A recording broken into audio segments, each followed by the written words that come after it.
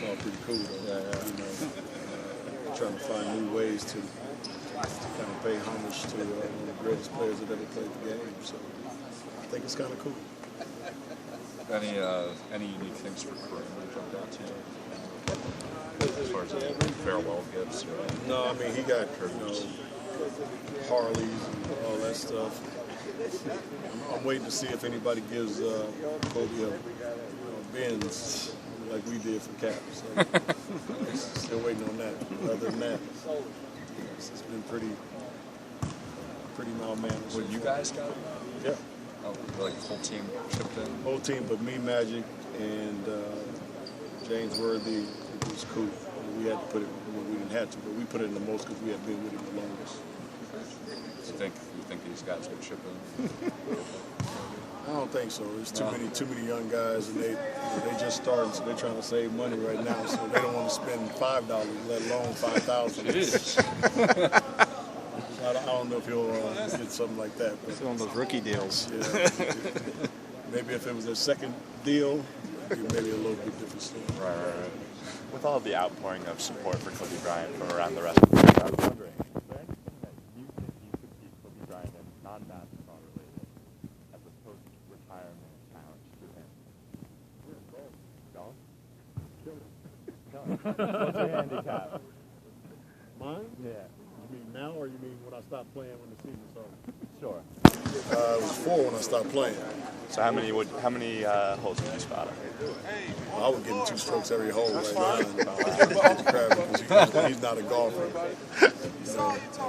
But the one thing about him, I know if he ever took it up, he would be just as competitive in that as he is on the basketball court. That's probably the one thing. Our other vice is that when we retired, at least myself, when I retired and I got into golf, it was like another safe haven for me as well. But it's also probably the toughest game that you'll ever play.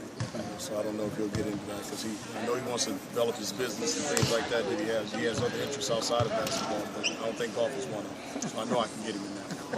Do you think he's the type of guy that will play after he's done? Play basketball? Yeah. Or is it like once it's done, it's done? I'm not sure. That's a good question.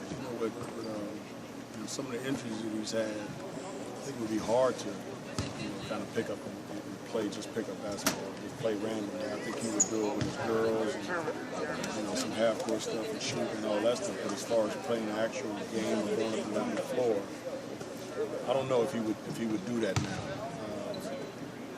And I also know if he did, that he would have that same drive. Though that's the crazy thing about it. Try to win every time he was out there playing 2-on-2, 3-on-3, 1-on-1, whatever the case may be. Yeah, it would be a lot of demoralized guys at Equinox. Yeah. I don't think he would play at Equinox. I wouldn't play at Equinox. I told him that guys got mad at me there because I told them I wouldn't play with them because they don't know how to play. And that's how people get hurt. You're playing with guys that don't have a clue how to really play basketball. So I don't think he would play at Equinox. Like randomly running into you and stuff, or throwing them pennies? They're just trying to make a point. When there's no point to be made and they can't play, so you end up being the one getting hurt. So stopped playing at Equinox a long time.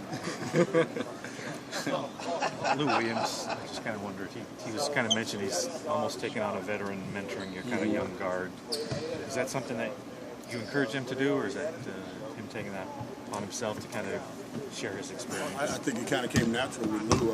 The one thing we didn't know we were getting when we got Lou is that he had that natural instinct to be a leader. So watching him interact with some of our young guys has been great. And he's a guy that's straightforward with him as well. Because he came in this league a long time ago and he was with Allen Iverson and some other guards. So he has a pretty good idea of what it takes to be successful in this league. So he's been really good for our young guys, on the court and off the court. Especially in practice. He's a guy that comes to practice every day. You have to tell him to take a day off because he puts everything out there when he comes. Yeah. How so? I just think with his work ethic and the way he relates to guys, I think Meta could be a coach. I think that's probably something that he wants to do in the near future, probably when his career is over. I don't know what steps he'll take to get to that particular point, but I think he definitely has admiration for being a coach. I think he'll be a coach. think through the player development assistant then there, or could he jump in as a? I don't know. I don't know. I don't know.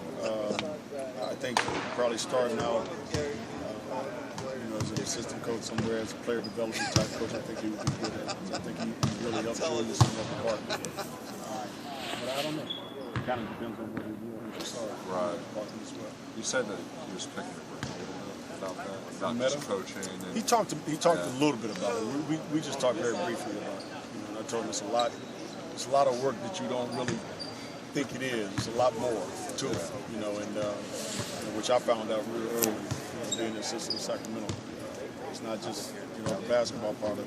It's behind the scenes stuff that you have to do to get ready and prepare for games, and players that you have to deal with and get to know them on a different level as well. So it's just a lot of work. Most of the time, as an assistant coach, the players confide in you a lot more than they do in the head. So once you take that role, all of a sudden they don't want to talk to you as much. Right. They'll go to the assistant to kind of say what's on their mind. So you get it secondhand sometimes. But it's something that I think he'll do. Yeah, there's a